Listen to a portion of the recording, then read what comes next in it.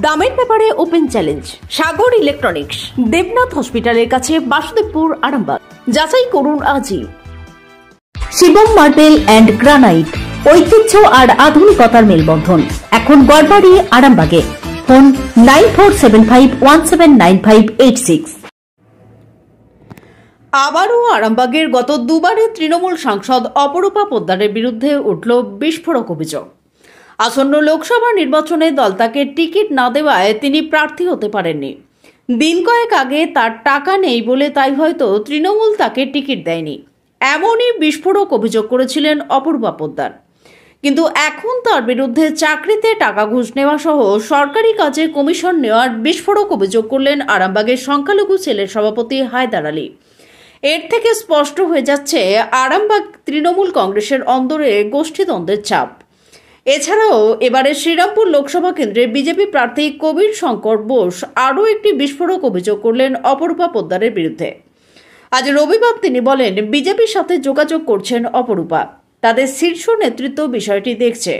বিজেপির প্রার্থীর এহেন মন্তব্যের পরে রাজ্য রাজনীতি উত্তাল হয়ে ওঠে। যদিও অপরূপা পোদ্দার এই অভিযোগ অস্বীকার করে বলেন, বিজেপি প্রার্থী সম্পূর্ণ মিথ্যা কথা বলছেন। ওনার ক্ষমতা থাকলে উনি প্রমাণ করুন যে আমি কোনো বিজেপি নেতার সাথে যোগাযোগ করেছি। আসলে উনি এবার ভোটে হারবেন, তাই এসব বলে হাওয়া গরম করছেন।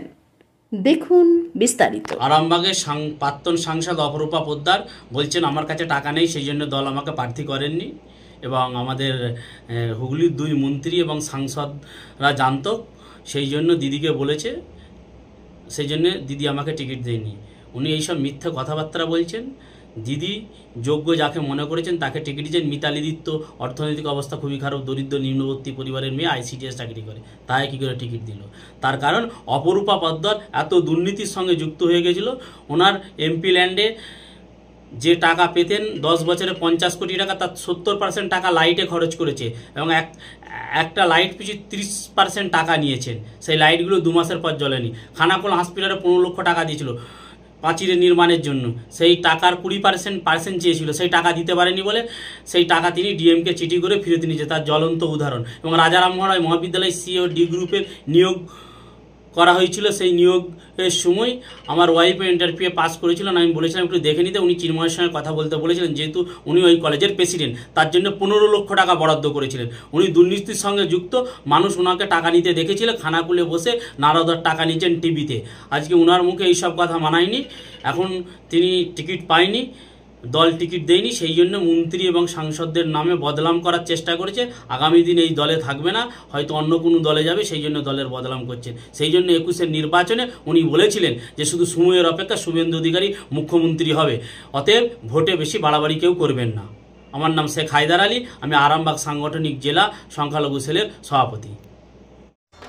আপনাদের ভালোবাসার আরেক নাম চন্দন জুয়েলার্স। চন্দন জুয়েলার্স, আরামবাগ, সদরঘাট, হুগলি। আজকে অপরূপা পোদ্দার যে বাইট দিয়েছে সেই বিষয়ে আপনার কি মতামত? অপরূপা পোদ্দারের বাইটটা আমি দেখেছি, এটা অত্যন্ত হাস্যকর লেগেছে আমার। কারণ আমি গৌরীপুর সোশ্যাল সবুজ সংঘের সেক্রেটারি। মমতা বন্দ্যোপাধ্যায় যখন 5 লক্ষ টাকা করে ক্লাবকে দেওয়ার জন্য ঘোষণা করেন অনুদান, তো সেই তালিকাতে আমার নামও ছিল, যেখানে অপরূপা পোদ্দার মাধ্যমেই আমরা ওই সই শপথগুলো করিয়ে জমা দিয়েছিলাম।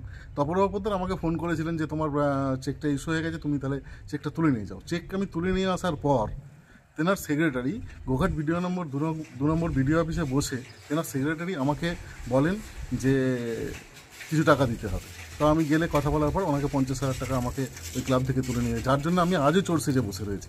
তারপরে উনি এই কথা বলেন কি করে যে উনি টাকা পয়সা নেই বলে আজকে টিকিট পাননি? আর তার চেয়েও বড় কথা, যিনি আজকে টিকিট পেয়েছেন, আমরা প্রথম দিন থেকে একসাথে দল করে এসেছি, আমরা জানি প্রত্যন্ত গ্রাম থেকে নিডি ফ্যামিলির একজন মহিলা যিনি আজকে টিকিট পেয়েছেন। আমার মনে হয় কোনো টাকা পয়সা দিয়ে টিকিট মমতা বন্দ্যোপাধ্যায়ের দলে বিক্রি হয়নি। এটা সম্পূর্ণভাবে মিথ্যা এবং ওনার সাজানো ঘটনা। আপনার পরিচয়? আমি জয়েন্ট বাহিনীর সভাপতি, গোঘাট 2 নম্বর ব্লক, তৃণমূল কংগ্রেস। আস্থা মাল্টি স্পেশালিটি হসপিটাল, আন্তর্জাতিক মানের সমস্ত রকম পরিষেবা। আস্থা multi speciality hospital, Nabapalli, Arambagh. অপরূপা পোদ্দার তৃণমূলের যে সাংসদ, আরামবাগ লোকসভার সাংসদ, 2বারের সাংসদ, তিনি দাবি করছেন যে টাকার জন্য তিনি এবছর নির্বাচনে দাঁড়াতে পারেননি এবং তার একটা তারই দলের একজন পুরনো সাংসদের উপর তিনি দাবি করছেন। বিজেপির সাথে যোগাযোগ করেছেন এবং আমাদের শীর্ষ নেতৃত্বের সাথে ওনার যোগাযোগ আছে। আগামী দিন শীর্ষ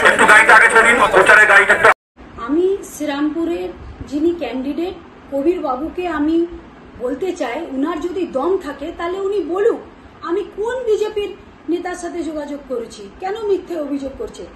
আসলে কবির বাবু বিধানসভা ইলেকশনে হেরো প্রার্থী হিসাবে শ্রীরামপুর থেকে বিদায় নিয়েছিলেন। আমি মমতাদির ছোট বোন হিসাবে দলে এসছিলাম এবং থাকব, এবং কবির বাবুর এই মিথ্যা অভিযোগ আমি প্রমাণ করেই ছাড়ব। কল্যাণদা অনেক ভোটে শ্রীরামপুর থেকে জিতবেন। আর আমি সত্যি বলছি, আমার বাবা ক্যান্সার সার্ভাইভিং পেশেন্ট, উনার একটা কিডনি বাদ গেছে। আমার মা 2 বছর ধরে কোমায় রয়েছে। সত্যি আমার আর্থিক অবস্থা ঠিক নেই।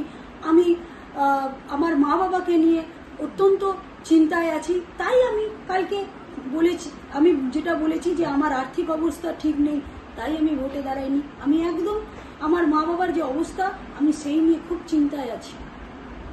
এসি নার্সিংহোম 24 ঘন্টা ডক্টর সার্ভিস ও এমার্জেন্সি পরিষেবা ছাড়াও প্যাথোলজি, ডায়ালিসিস, আইসিইউ এবং যাবতীয় টেস্ট একই ছাদের তলায়। স্বাস্থ্য সাথী মান্যতাপ্রাপ্ত এসি নার্সিংহোম, করুণা সিনেমার পিছনে, বেনেপুকুর রোড, আরামবাগ। বিবাহে বাধা, দাম্পত্য কলহ, ব্যবসা বাধা, চাকরির সমস্যা, বিদ্যায় বাধা, প্রেমে ব্যর্থ, সাংসারিক অশান্তি, মাঙ্গলিক দোষ, কালসর্প দোষ সহ যে কোনো সমস্যার সহজ ও গ্যারান্টি সহ সমাধান পেতে আসুন শ্রী অজয় শাস্ত্রীর কাছে। অগ্রিম নাম নথিভুক্ত করতে ফোন করুন 9933854984। চুড়ি, তুমি নারীর প্রিয় সব উৎসবে বাউটি, বালা, চূড়, মান্তাসা দেখলাম মন ভরে। জনপ্রিয়তায় আজও সেরা মিনা করা ঝুমকা, কানে দিলাম কানপাশা, পূরণ হলো সব আশা। হাতের আঙুলের আংটি নানা ডিজাইনে পাবে। ঐতিহ্যবাহী নেকলেস আজও মনে ধরে, জড়োয়া, সীতাহার সবার নজর কাড়ে। তাই তো বিয়েতে পেলে এত গয়না সবার মনে ধরে।